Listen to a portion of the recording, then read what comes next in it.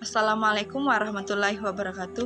Halo teman-teman semuanya, perkenalkan nama saya Srino Rika Sasmita dari Manajemen 3C Universitas Widyagama Mahakam Samarinda. Di sini saya akan menjelaskan sedikit tentang Metaverse dan Data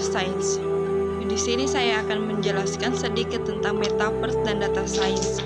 Yang pertama, Metaverse. Metaverse sendiri adalah jaringan luas dari dunia virtual 3 dimensi yang bekerja secara real time dan persisten serta mendukung kesinambungan identitas, objek, sejarah, pembayaran, dan hak, yang mana dunia itu dialami secara serempak oleh jumlah pengguna yang tak terbatas. Ada pula penjelasan tentang Metaverse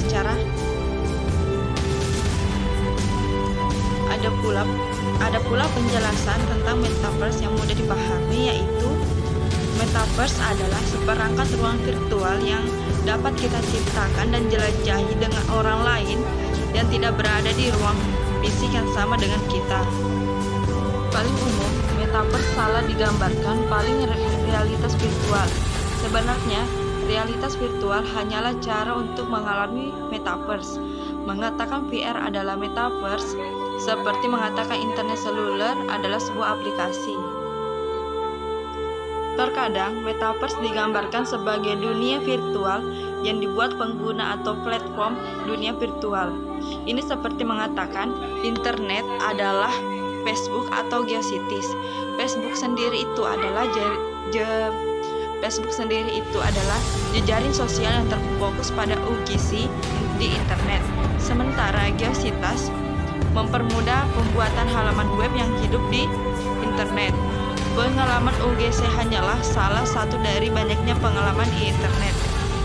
Selanjutnya, Metaverse tidak berarti video game. Video game memiliki tujuan tertentu, bahkan ketika tujuannya luas seperti kesenangan, tidak terintegrasi, yaitu Call of Duty diisolasi dari judul portofolio Overwatch. Sementara yaitu dunia Metaverse bukanlah alat seperti Unreal atau Unity atau WebXR atau Web GPU. Ini seperti mengatakan internet adalah TCP atau IP atau HTTP atau browser web. Ini adalah protokol di mana internet bergantung dan perangkat lunak yang digunakan untuk meredarnya. Metaverse seperti internet seluler dan proses elektrifikasi adalah jaringan pengalaman dan aplikasi yang paling berhubungan, perangkat produk, alat dan infrastruktur.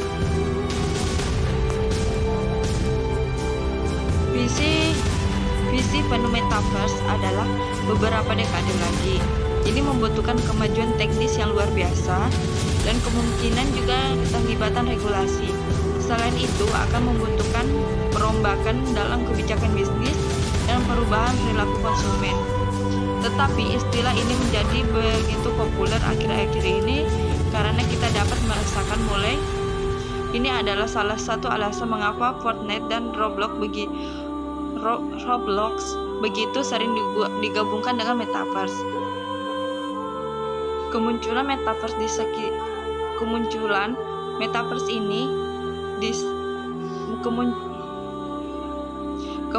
Metaverse ada 8 kategori inti. Yang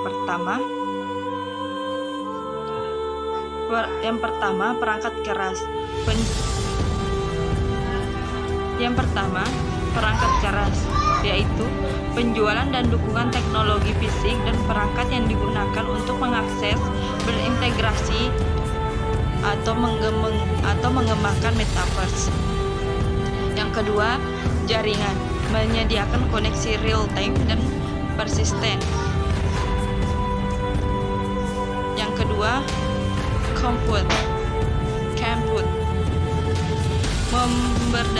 pemberdayaan dan pasokan daya komputasi untuk mendukung Metaverse dan mendukung fungsi seragam dan menuntut seperti perhitungan fisika, rendering, rekonsiliasi, dan nyata. Kecerdasan pembuatan, proyeksi, penangkapan gerak, dan terjemahan. Yang ketiga, platform 5.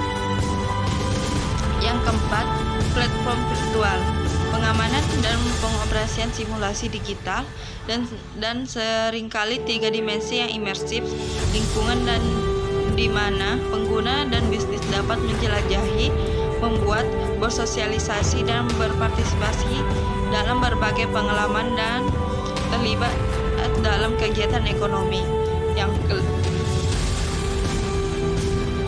Yang kelima, alat dan standar pertukaran. Alat, protokol, format, layanan, dan mesin yang berfungsi sebagai standar aktual untuk interoperabilitas.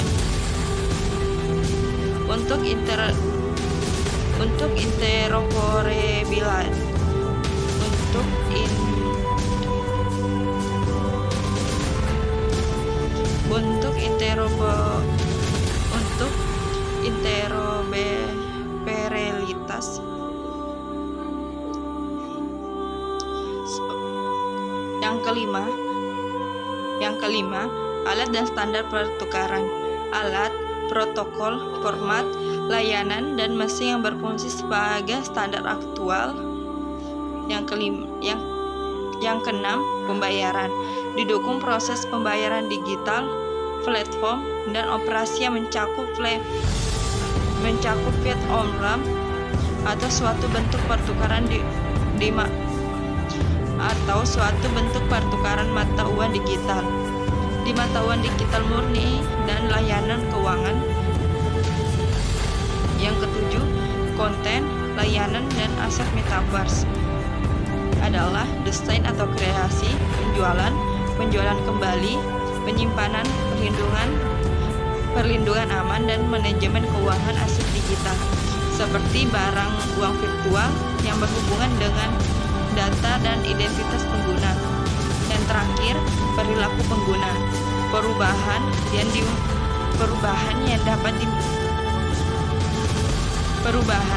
yang dapat diamati dalam perilaku konsumen dan bisnis. Ini termasuk pengeluaran dan investasi, waktu dan perhatian, pengambilan keputusan dan kemampuan yang terkait langsung dengan metaverse dan mengaktifkannya atau mencerminkan prinsip filosofinya.